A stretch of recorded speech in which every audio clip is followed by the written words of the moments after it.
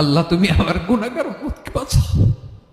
এই দুনিয়ার বুকে রব্বুল আলামিন সব নবীকে একটা করে দাওয়া মুস্তাজাবা দিয়েছেন, মানে যে দোয়া করলে কবুল হয়ে যায় সাথে সাথেই। দুনিয়ার সব নবীরা ওই দোয়াটা দুনিয়ায় করে ফেলেছে।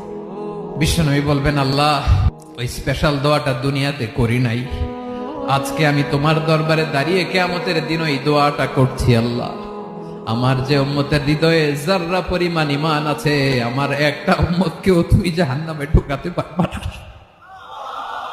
বিশ্বনবী পাগলের মতো একবার হাউজে কাউসারে যাবেন, একবার সিরাতে যাবেন, একবার পুলসিরাতের দিকে, একবার হাউজে কাউসারের দিকে, পাগলের মতো দৌড়াতে থাকবেন, তার কোন গুনাহগার উম্মত যাতে জাহান্নামে ঢুকে না যায়। উম্মতি উম্মতি।